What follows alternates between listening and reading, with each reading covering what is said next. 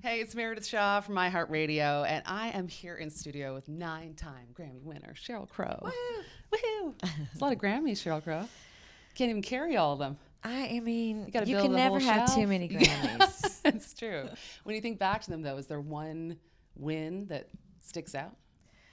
Actually, Best New Artist sticks out, mainly because the next morning I got a fax. This is back in the fax days. A fax, yeah. From Don Henley listing all the artists that had won Best New Artist that were never heard of again. And he signed it "Good luck." So, Amazing. but yeah, no, I mean, Proved him wrong. see, Song title. Prove you wrong. Prove you wrong, Nice- right? nice Something work. like that. Okay, we'll get to that because it's one of my faves. When you look back on those wins and some of those first wins, now 25 years later, you're releasing Threads, and that really takes you back to being a little girl in Missouri. Yeah, I mean, it goes way back to, I grew up with albums, and I was a kid that like pored over the albums and the pictures and the credits, and if you were the first one to have an album, that was, all your friends came over and you listened to it over and over, and I love that. I love the tradition of making records. I've loved producing my own records. But I felt like also with technology being what it is, that now with streaming and playlists, people don't necessarily, they're not emotional about a full artistic statement by an artist anymore. So this is kind of a great album to go out on.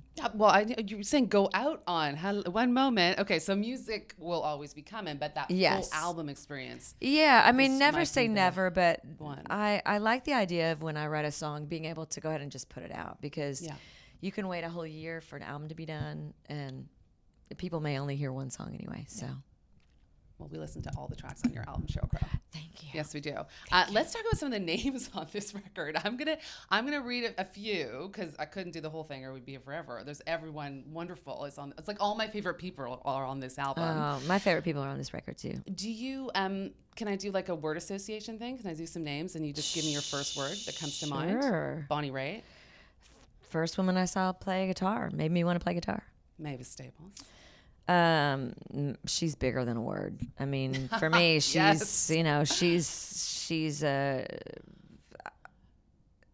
She's like a universe. she's a universe Yeah. in and of herself. And yes. we're lucky to be in her Yes, orbit, I got right? to dip my toe into her universe. Yeah. And what an honor. And Maren Morris.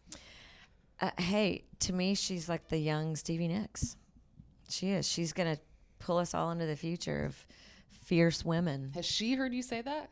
I would think if Sheryl Crow. I don't know. I'm said going to I see would her be the in a next- week and a half, and I'm going I to would tell her I die. said that. Yeah. Okay. Good.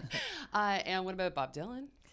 Bob Dylan is my dictionary. I mean, he's the guy. I read his lyrics before I write my albums. I just get into a Bob Dylan mindset.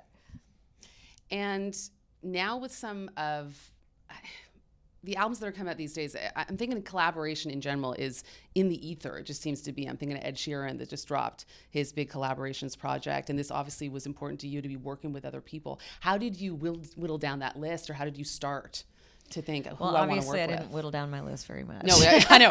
I only gave like 3 or 4 of what I could have gone into. I didn't actually set out to make a collaborative record, but I went into the studio with Chris Christopherson, and it really brought home to me how precious these moments are, especially the longer we are around in all of our careers. And it just, those experiences are kind of far and few between, and they're the most precious. So I wanted to create more of those, and didn't put any kind of time limit on it. Didn't even make a list. I just, as I was going over the course of 3.5 years, I thought, gosh, I would love to get together with so-and-so, or love to get together with so-and-so. People I've known for years, quite a few new artists that I've gotten to know in the last couple of years. Mm-hmm. And so... You seem to be a real champion of newer artists coming out that you like. It's like you're like, you want to look to the next generation of people who are going to save music. Well, and you want to give them some love. Yeah, I mean, I don't think music ever is going to go away. I mean, I think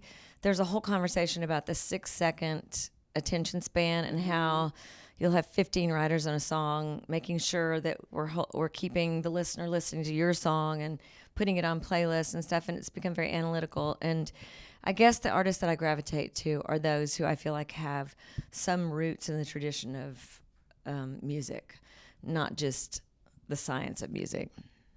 And Johnny Cash, let's talk about Redemption Day. That music video is so powerful.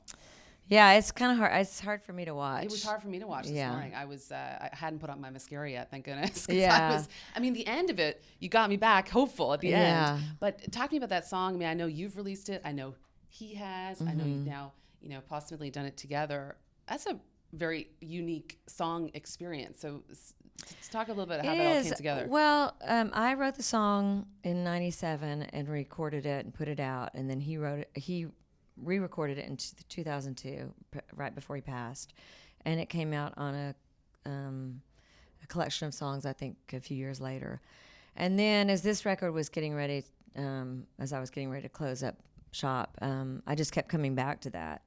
And we had done it live a couple of times using his vocal, and just watching the pall over the audience, just people becoming extremely emotional. I felt like with what's going on in the world, and particularly in America, it was just a fantastic time to remind people of the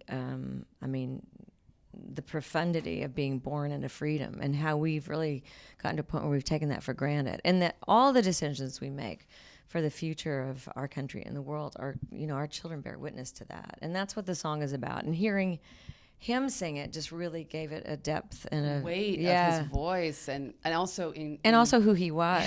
He was very outspoken about things he believed in, and so, I mean, that song really found its moment. Yeah, it really did. It really, really did. And I love that the repetition of freedom at the end. That just, I don't know, washed over me in a beautiful way. When you hear Johnny Cash sing the words freedom, I know it sends a chill. It really does. Now, you mentioned kids, the next generation. I know you're moving through the world now as a mama. Yes. How has that changed?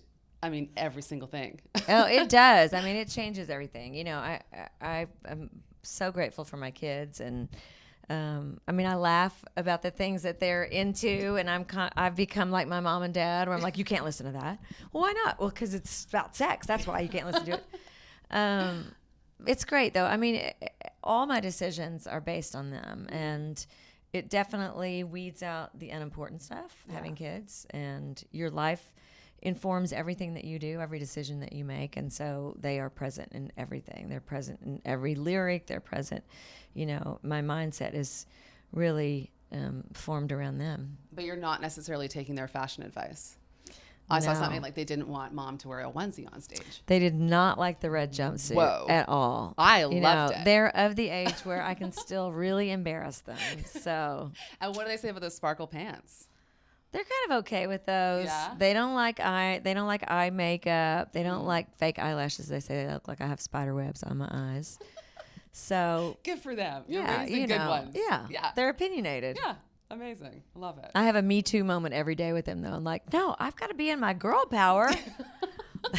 And closing out, I know you're on tour, and I know you've played Toronto recently. What's it like to play in front of a Toronto crowd? I mean, I know you were playing the Bud stage. It was the Molson Amphitheater, right? We've had the most fun up here. The audiences are insane. They're so open.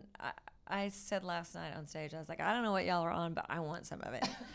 So, well, weed is legal in Canada now. Yes, weed is. I've noticed that. We walked on Queens West. Yeah, is that right? Queens West. That's right. Lots of bud shops. So I know. I used to smell it and think, oh, someone's having a party. Now I'm like, oh, it's just a Tuesday. Yeah, exactly. Yeah. Well, Threads comes out on August 30th, and this is Sheryl Crow, y'all. Wow. Thank you. Great to speak with you.